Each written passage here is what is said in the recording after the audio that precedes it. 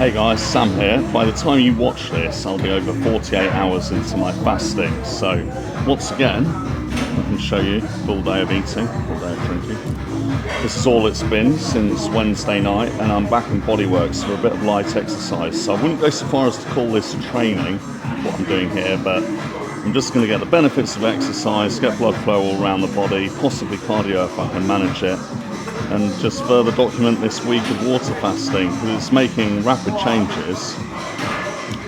Well, definitely in how I feel. I feel increasingly hungry, and I expect that to be a little bit better by tomorrow morning perhaps. But in my body, I've lost nearly 3 inches off my waistline during this process, and you can see my abs clearly. I mean, not like how you would getting ready for a contest, but definitely a lot more clearly than the bulks of 300 pounds there. But definitely from losing the water weight and the glycogen storage, I feel like, and a bit of fat of course, I feel very shrunk down. So while I ordinarily get people kind of shouting at me in the street and being a nuisance out and about, these morons, it's actually been reassuring to still get that today. So that's still been going on. I can feel like I'm not losing too much size here, but as you know, this is for the long-term benefit of giving my digestive system a break and a total reset and just general recuperation, autophagy, everything good like that comes with fasting.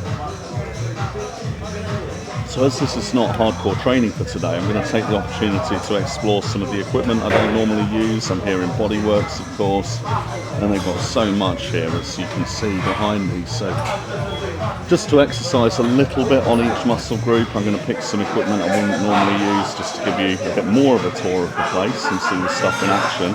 If you want to see the full gym tour of this, check out my playlist of gym tours we've got here and about a dozen of other places, mostly in London, but also a bit Peterborough. I'll be considering in the summer a trip to Birmingham to do 3 or 4 gyms up there. But definitely that series will be resumed when I'm in a spot to make the most of it. But this week, as you know, is documenting the health reset with the 3 days carnivore, 4 days fasting. So let's look for the first exercise now and see what I can manage. I'm starting here with the Viking press machine. This is one I have never used before actually. The benefits of this are that you can give it a little bit of a push with your knees, like a bit like doing push presses with a barbell overhead. Slightly different angle, but I'm not going heavy, as you know. But the rationale for starting with this is that I'm starting with shoulders. I'm going to work my way down the body, and that's generally the approach that people have taken in decades gone by when they did all full body workouts before they were doing body part splits.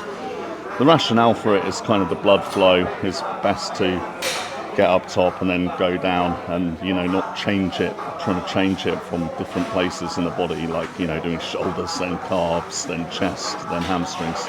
No, it's just methodically work from top to bottom, and you'll see that in some of the exercise lists of the people from the 1930s, 1940s, and now that we have more exercises and a higher standard is kind of required in all muscle groups, we don't tend to do these whole body workouts now when it comes to specialising on bodybuilding, but they still have their place, and the place for it in my system here is just to get a bit of exercise while I'm doing my fasting and while I'm recuperating in general. So a couple of sets here.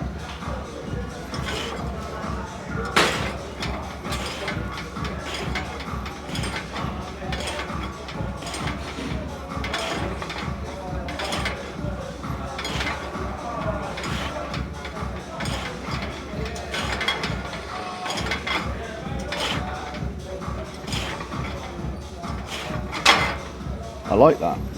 I feel like this is the kind of exercise I can bring into my routine when I'm training shoulders properly. But I'm only going to do 1 or 2 sets per body part and explore the machines while I'm here.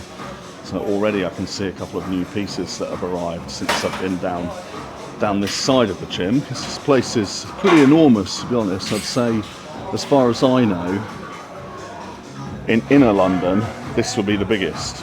And then if you're looking at the outskirts of London as well, I'd say the biggest that I know of would be Monster Gym up in Cheshunt. So that's on the short list for a gym tour.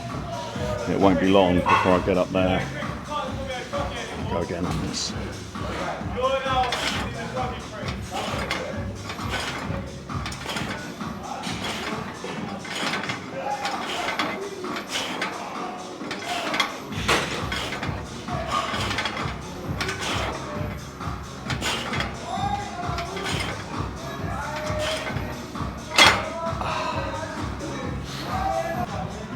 The new one I just spotted and got quite excited here was the lateral raises machine, this one by Arsenal Strength. I've been impressed by a couple of their other pieces, but haven't ever tried this one. I just really like this machine, the one made by Watson, but I haven't tried the Arsenal one, so I'm going to give this a go now for the lateral raises, see what I think.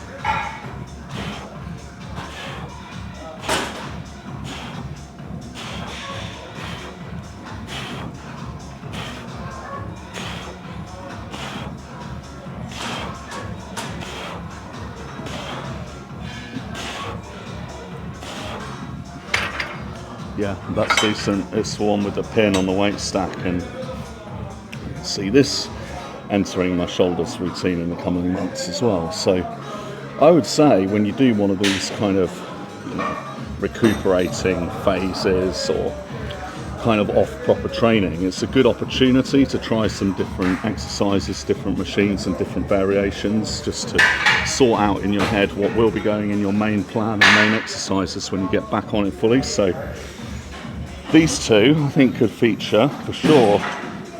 I'll just do one here, one more on here, and then that'll be shoulders done and we'll move on.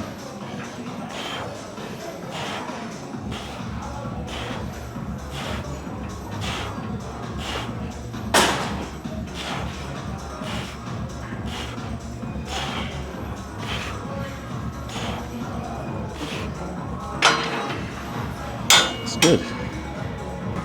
Moving on to chest, next machine I've found is the Gym 80 incline bench press machine, and I'm a big fan of Gym 80. They're just so solidly made, so heavy, they'll survive anything, and I've just set this up at a nice height for the upper chest, the clavicular portion of the pectorals, and yeah, that's the next muscle group I'm going to exercise here. So incline bench press, and even before I start this, I can see this going into my routine. So I wasn't aware of this machine in here before. And elsewhere and here I don't have the super incline, but it's a very similar angle to the Hammer Strength super incline machine.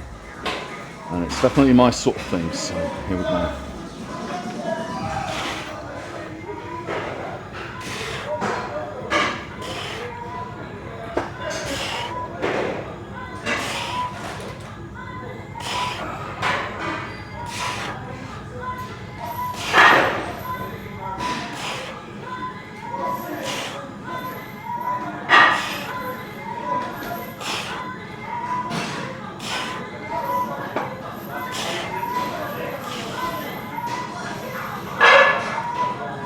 It's quite nice, it's got the foot pedal here, so you can get that bit of the extra stretch that you don't want, that could be injurious.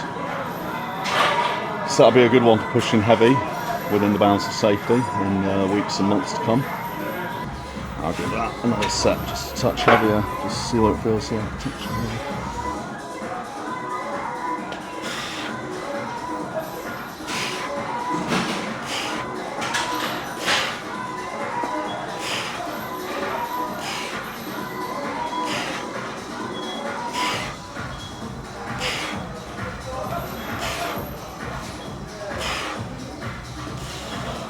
On previous videos I've done a lot of landmine T-bar rows. This is similar, this is the machine they sometimes use where it's got its foot platform that you stand on and it's all set up in a machine. I don't normally use this one, in fact never used this one before, so I'm going to do this to demonstrate this kind of thing that you might find very similar to obviously landmine T-bar row with the bar in the corner, but I'm just going to give this a go here now. My one back exercise.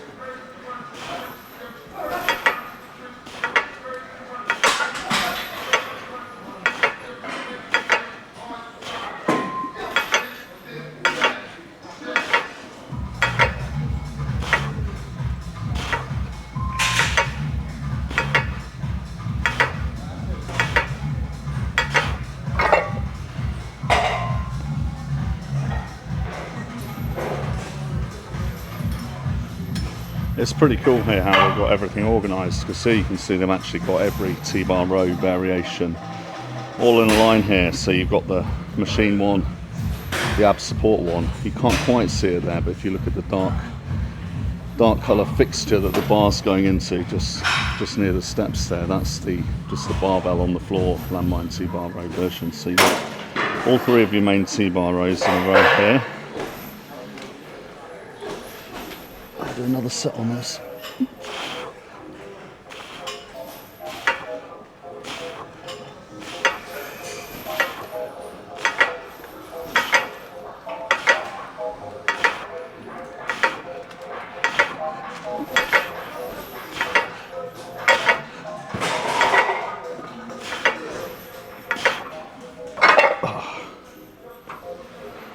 With the light exercise that I'm getting done, I'm quite happy that arms have had a little bit of treatment from doing almost all compound exercises back there. So I'm now moving on to lower body, and I don't normally use the V-squat machine. So I think this is only featured in one of the videos so far. So this is a V-squat machine, and my preferred squat kind of machine would be the hack squats, but I'm not really preferring the hack squats in here because the platform isn't really long enough for me to put the feet in the kind of position that I want with my long legs. So I tend to use the hack squat at zone or even muscle works, but here we've got the V squat, and this is a good exercise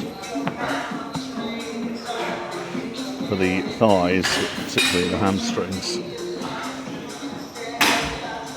Take the break off there.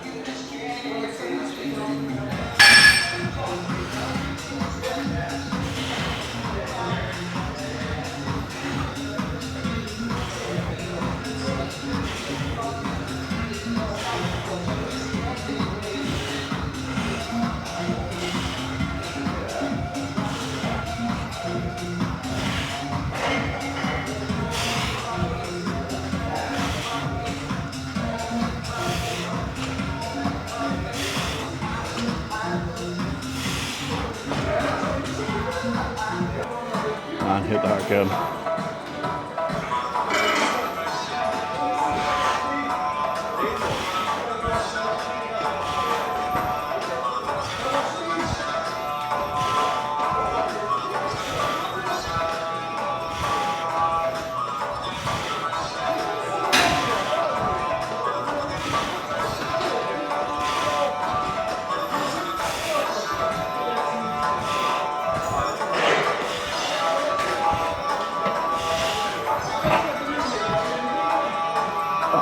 That one done. So another leg exercise I don't normally use is the horizontal leg press. So they've seen me use this before, but for calf raises. I don't normally use it for the normal leg press function. So this is the Cybex one. I normally love Cybex stuff for lower body in particular. So this is another unusual exercise for me, as I get on pretty well with the normal kind of diagonal sled style leg press. But this is worth a go, and you can get more emphasis on your quads by putting the feet a little lower on the platform, as I've done. It's the last exercise, is more glute and hamstrings. Also, by putting the feet fairly close together, you can get a little bit more emphasis on the quads there, but it is still an exercise that is working your glutes and hamstrings wherever you put your feet. So if you're just starting out, just get where it's comfortable.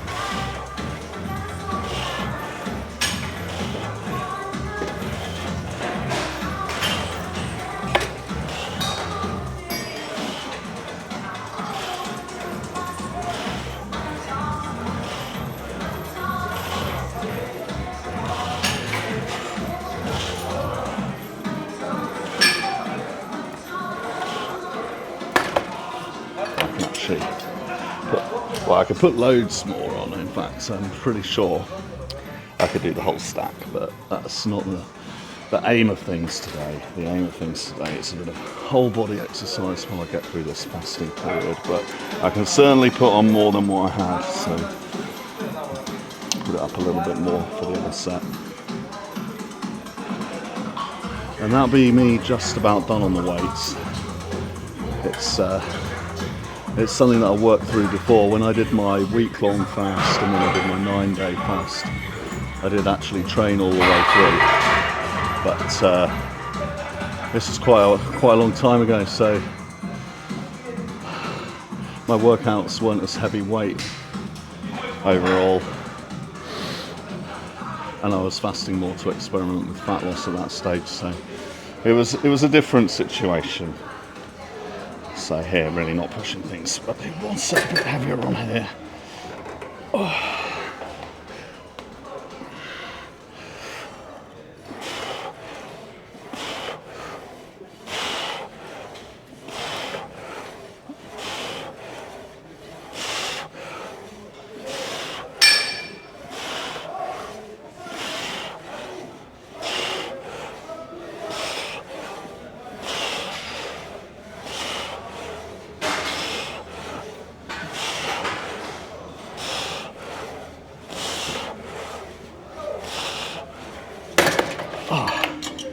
Good. Now, as you could probably see, it being quite awkward on the eccentric part of the movement there, with the thighs coming into my belly.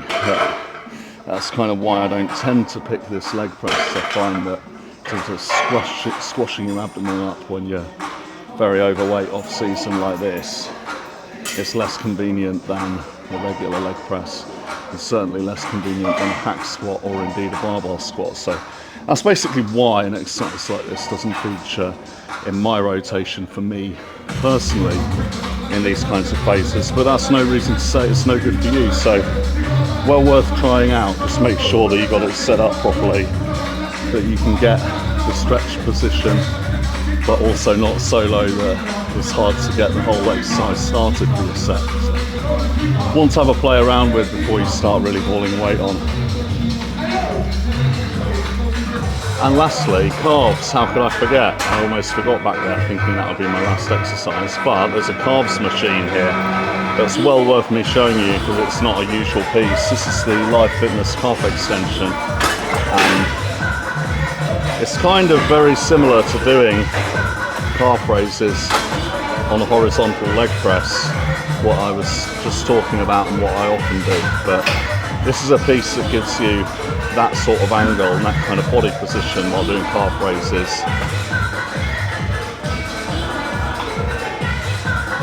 But it's purpose built for it, you know. There's some high rep stuff here.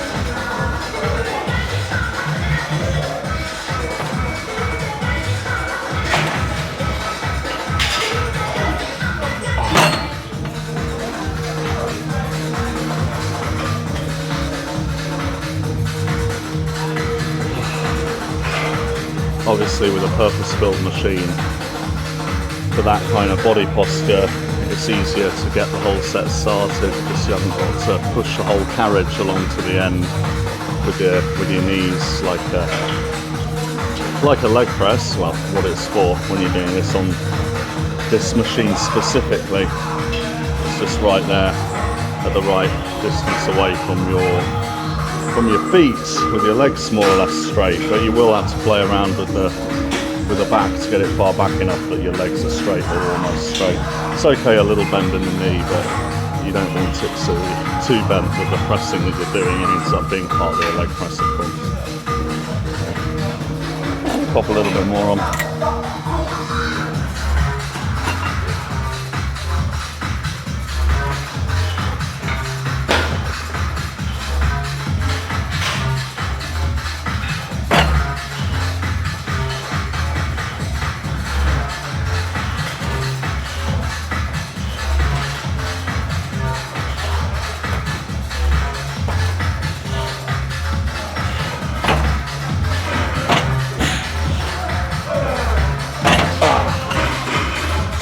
Probably quite a nice one for me right now because it doesn't feel as much like it's pushing through the toe. You're getting the calves working from the ankle movement without having to put it completely on your toe. It's a little bit closer to the ball of your foot, and you can still do that effectively, which would be good for me while that big toe on my left foot is still a bit repairing. It's pretty much good to go now after that injury, but it was proper mangled up a couple of months ago.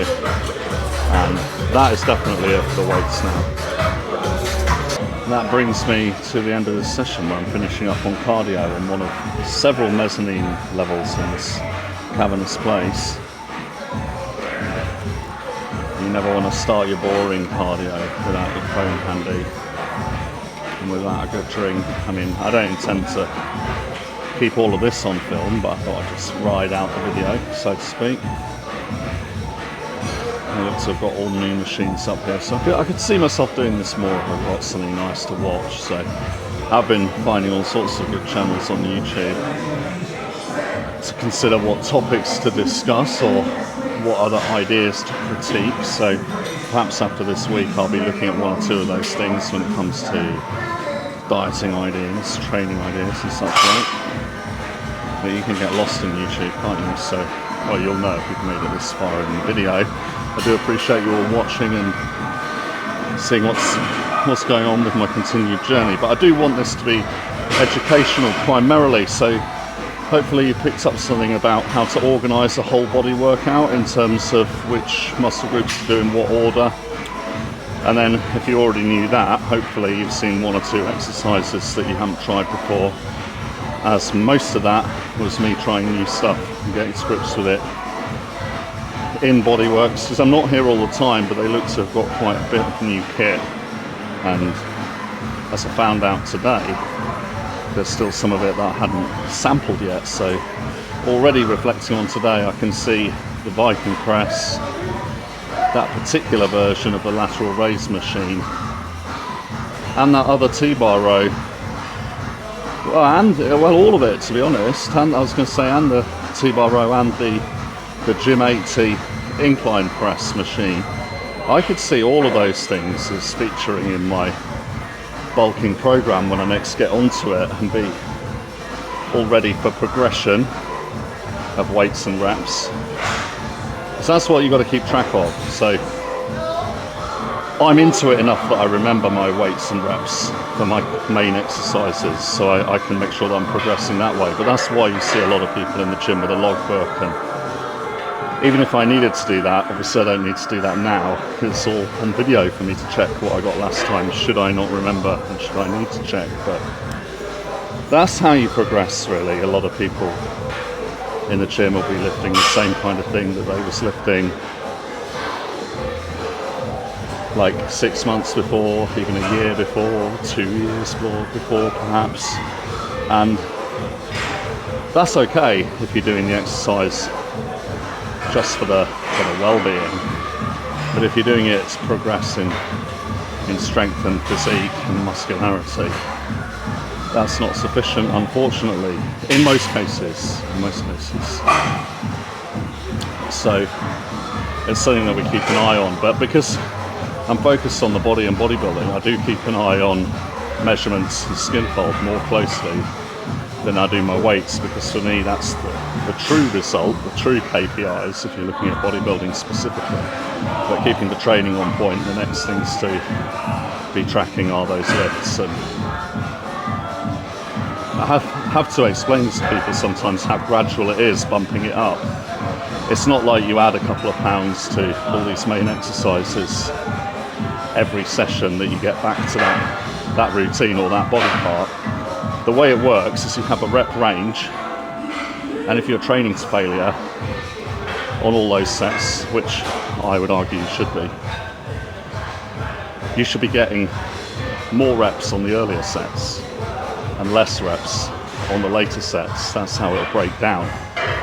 But all you have to manage each session is that at least all of those sets are at least equal to last time in weight and reps, and one or more of them are just one more rep than you had last time. And then what happens is, say you're looking at upper body and you're in that traditional 8 to 12 reps rep range, you've got an appropriate weight for training to failure, and that means that set 1 you get 11, set 2 you get 10 reps, that is, set 3 you get 10 again, and set 4 you get 8, say. You know you're on the right weight if that's happening, but what happens the next week is you get the reps for the 4 sets become like 11, 11, 10, 9. And then the next time on that session, they become 12, 12, 12, 10, if you had a particularly good session on that last one. And it's when they're at the when all the sets are either at the top end of the rep range, so 11 or 12 reps, or even the first 1 or 2 sets are getting to 13, 14 reps even perhaps, that's when it's time to up the weight, and then the reps come down to the lower end of the rep range. So say you're a beginner and you're working on a bench press like beginners do, you can do your 60 kilos on a bench press, that's 1 plate each side. You know, you get to a point where you can do 4 sets and the reps will be like 13, 13, 12, 11. Now it's time to up it. You probably up it to 65, so you put a 2.5 kilo plate on each side. Now your reps are more like 10, 9, 9, 8. So you stick with that for a couple of sessions and they become 11, 10, 9, 9, and you repeat them, repeat the process like this.